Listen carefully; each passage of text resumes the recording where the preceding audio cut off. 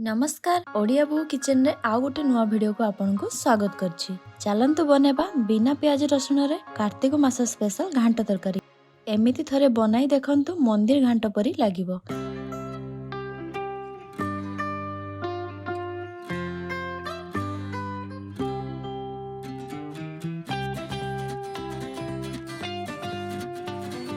वीडियोटी को शेष पर्यंत निश्चित देखंतु। आमे घांट तरकारी पई बंधाकोबी, पटल, कंचा कदली, बैगण, गाजर, बोईतालु नबा। अमृतभंडा, आलू, फूलकोबी, सारू, खंबालू नेबा।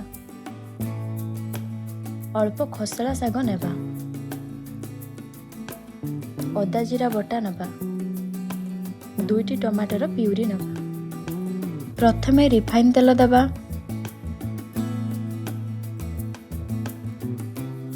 तेल गरम हेबा परे 5 फुटण, 2टी सुखिला लंका,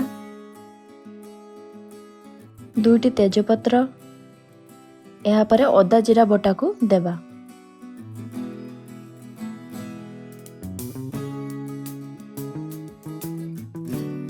टमाटर प्यूरी को देबा। भल से गलेबा। गैस रो फ्लेम को मीडियम रे रखिबा। वर्तमान मसला पाई अल्प लूण, आधा चम्मच हळदी गुंड, आधा चम्मच लंका गुंड देबा। मसला भल से कसी देबा।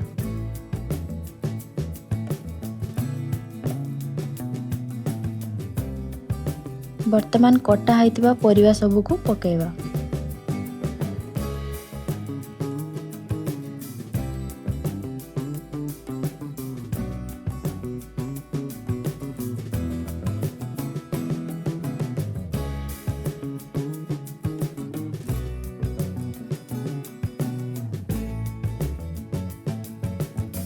यहाँ को भल भावरे गलाइबा।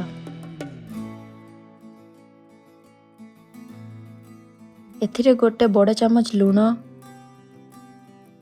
गोटे चम्मच हळदी गुंड दे भल से गलाइबा।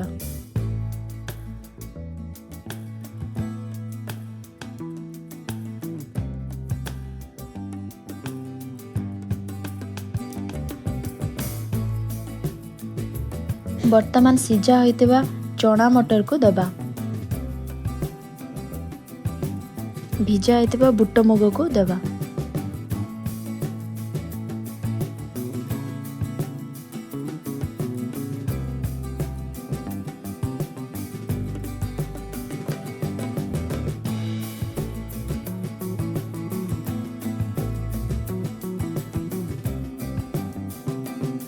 खसला शाग सब को देबा।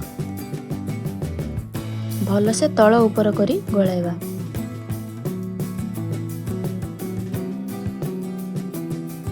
एबे 2 ग्लास गरम पानी दे ढांकुणी दे देबा।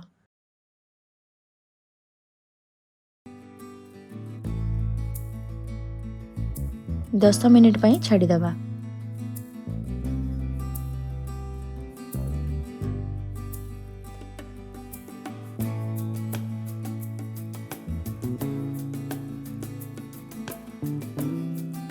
मझिरे मझिरे एमिति घांटिबा जेमति परिबा हमर भल से सिझी जिवो।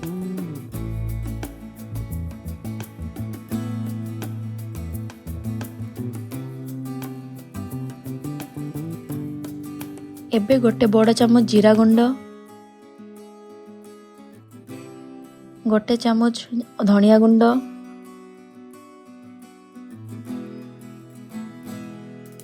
गोटे बड़ चम्मच गरम मसला, आमे एथिरे करी पाउडर दबा। यहाँ को भल से गलाइबा।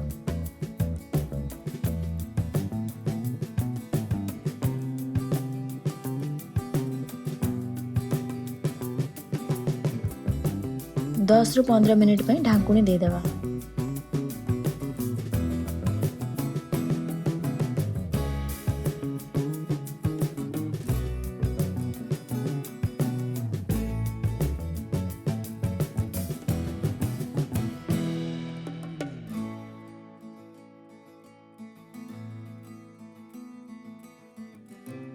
ଏବେ ନଡ଼ିଆ କୋରାକୁ ପକାଇବା। ଏହାକୁ ଭଲ ଭାବରେ ମିଶାଇ ଦେବା।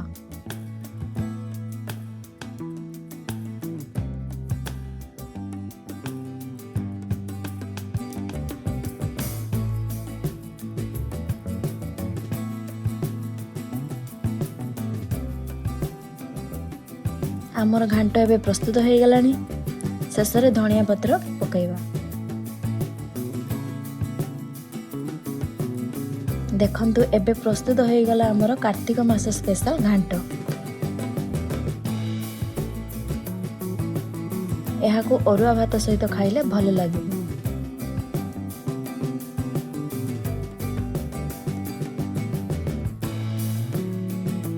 ଭିଡ଼ିଓଟି ପସନ୍ଦ ଆସିଥିଲେ ନିଶ୍ଚିତ ଲାଇକ୍, ସେୟାର ଏବଂ ସବସ୍କ୍ରାଇବ୍ କରନ୍ତୁ। ଘରେ ବନାଇ ନିଜେ ଖାଆନ୍ତୁ ଓ ଅନ୍ୟମାନଙ୍କୁ ଖୁଆନ୍ତୁ ଏବଂ କମେଣ୍ଟ କରି ଜଣାନ୍ତୁ।